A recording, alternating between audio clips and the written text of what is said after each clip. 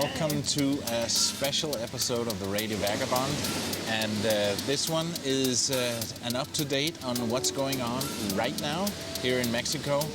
And this is both on the podcast and also as a video on Facebook and YouTube. And for those of you watching the video, you can see that there's a beautiful woman beside me, and that is...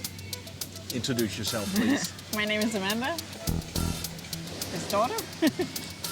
That is my daughter, and I know that it's hard for you to believe, but it's true. Yeah. How can I have such an old daughter? No, that came out wrong. Amanda's been joining me here in Mexico for almost 2 weeks, and tomorrow's your last day. You're getting back to Denmark and getting back to the daily grind, but unfortunately. Yeah. Is it addictive being a nomad? It's a little bit addictive. Can you understand my life now? Yeah, I think I get it now.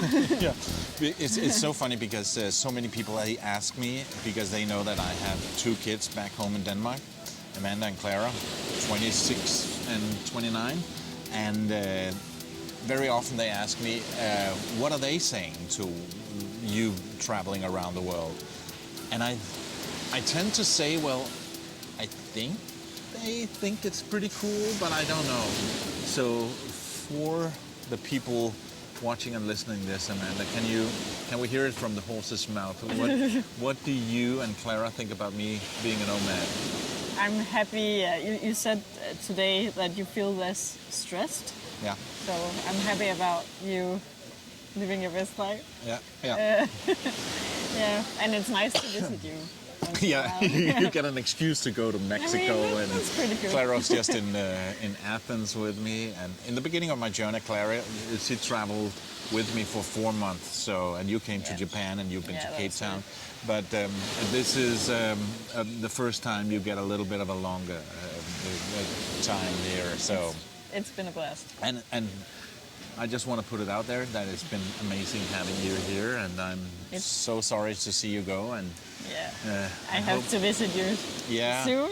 or get a job where you can be a nomad and you can come travel with me some more. Maybe. Yeah. So, what have we done that sticks out in your memory? Because we've tried to relax, but we also packed some activities into these 2 weeks. Yeah, I've been really relaxed actually, even though we've done something pretty much every day. Something that really stands out was we did what was it called? Explore. It's a park with a lot of activities. Yeah. So we went on how many zip lines? I think 15 zip lines. 15. Some of them were so we very high. went from tower to tower, and oh my god, that was amazing. Over the, I would almost say jungle, over the forest, and then climbed up another tower, and then did another zip line. The nature was incredible. Yeah. Yeah. And the food, oh my god. The food was great. Yeah, so we had the best food at the park, and we even saw, was it iguanas? Yeah. Yeah, so I like that as well. And it was a big buffet, which is my favorite dish. And dad joke number 12. Yeah, that's my least favorite thing, if you've seen his dad joke series. Yeah, I've been trying to keep my daughter amused by being funny. So I've been telling a lot of great jokes that I know that she's appreciated, and it's all just part of the act that she's gonna be turning her eyes a little bit. Funny. Yeah. Anyways, if you haven't seen any of these, they're on Instagram. Yeah. It's the stairs. Yeah. I don't trust stairs. Why? They're always up to something. What did the ocean say to the beach? Hello? Nothing. It just waved. By the way, Amanda, do you know why the sun went to school? No. To get a little brighter. Yeah. And by the way, follow me on Instagram. And also in Explore, there were a lot of caves. Yeah, it was prehistoric caves. with the what is it called? Tactiles, I think, yeah. We also went into these. It's called cenote or cenote. Yeah. So it's like these these caves where the water is completely clear Still, and clear. Yeah, it was. And we saw some fish. Also the snorkeling. Yeah, we did a snorkeling trip. We took the ferry over to Cozumel, which is an island 15, 20 kilometers off the coast of Playa del Carmen, where we are now. So it's right over there. We're at the beach right now. And we did some snorkeling. We were told when we booked it, we're going on this catamaran. They said, oh, you're going to see so much. And if you don't see any starfish, you're going to get your money back. And we saw maybe one. Maybe one, maybe two. I mean, I've been looking forward to see the turtles, but and it was down on the bottom, but we can't say that we didn't see it unless it was the people putting a plastic one down there just to make sure. Maybe. Yeah, that's my conspiracy theory that that's what they did. But it was amazing. It was amazing. Yeah. Just also on the boat, it was like a party boat. Yeah. And the energy. Free drinks and. The energy was amazing. Yeah. It's a lot of dancing. YMCA, and I was dancing. You were limbo. During the limbo line. Yeah, limbo line. Yeah. That was fun too.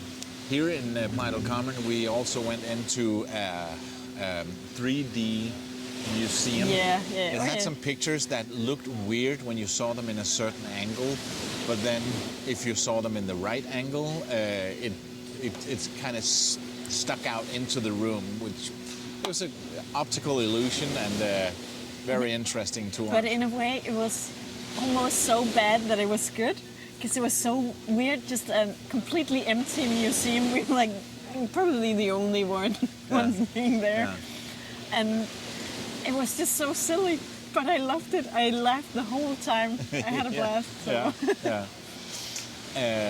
We also did a road trip with some of the people from the co-living space, because we're staying at a co-living. Let me just get back to that. But we rented a car and went for a drive down to Tulum, and in that whole area, and also went into some cenotes. The Two Eyes, Dos Ojos cenote, and the rental car. We were everybody here. Sorry, I'm speaking in all directions. Every time here somebody is trying to sell you something, even Hertz, the car rental company, they were standing outside the office and said, "Hey, you want to rent a car? I got a good offer for you." And we were talking about renting a car, so I said, "Yeah, okay. What's your best offer?" And he said 24 hours, $30, 500 pesos, which is around, it's not even $30, it's 28 US dollars. And so cheap, and it was including insurance and including an extra driver. So yeah, that was very cheap. So we rented a car there, which was a nice car, and we got two of the other people and did a road trip. That's really something. The co-living space is nice. Yeah. And I just put out an episode about building a community around the world, and in that episode I speak about that I'd never lived in a co-living. Oh, really? That's what I said. But come to think of it, I have stayed at a couple of Selenas, which is kind of a co-living with a co-working space. So it's not actually completely true. But this is something that's very much up in the digital nomad community, the whole co-living space things, where you get your own room. It's not a hostel, but you got a communal kitchen. You got some areas where you can hang out with the other people, and some events during the week. And I said in that episode that I haven't, but by the time the episode comes out, I will be at one. So I promise to say what I think about it. And I don't know if you agree, but I think it's great. Yeah, I think it's really good too. Yeah. I think it's so much better than just staying at your own place. Obviously, you can go out and meet people. You can join groups. But that's what I've been doing 99% of my time, staying at an apartment, an Airbnb or something. And then just joining groups. But it is like an Airbnb. In fact, this one is on Airbnb. It's called Anana Co-Living. It is on Airbnb, but it's more than that. It's this whole co-living thing where you have a group of people living and hanging out, and we meet them over coffee in the morning. And even just people saying good morning to you every day, and just saying hi and sharing experiences and recommendations.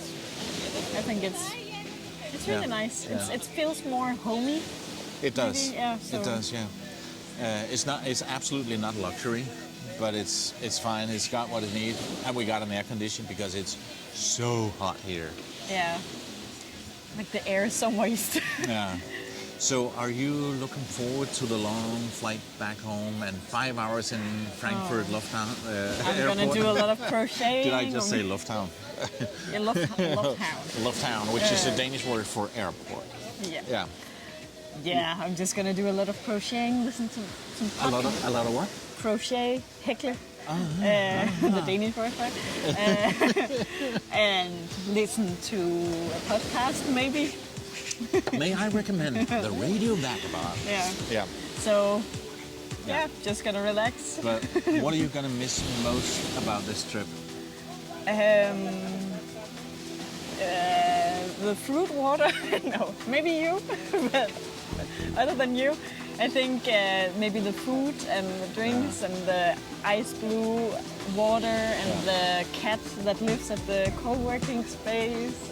And what else? Maybe people trying to sell me things. You didn't mention my sense of humor. Yeah, I'm gonna miss that. No thanks. No thanks. Gracias. Yeah. No, you didn't talk about my jokes. Yeah, I'm gonna miss. No, okay. That's it for this time. Thank you so much for listening, watching, whatever you did, and There's a bug on me. yeah. My name is Palabo. You say your name? Oh, Amanda. My name is Amanda. My name is Amanda Bo. My name is Amanda Bro. We gotta keep moving. We gotta get moving. See ya.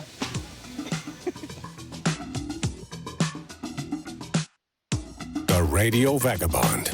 Gotta keep moving.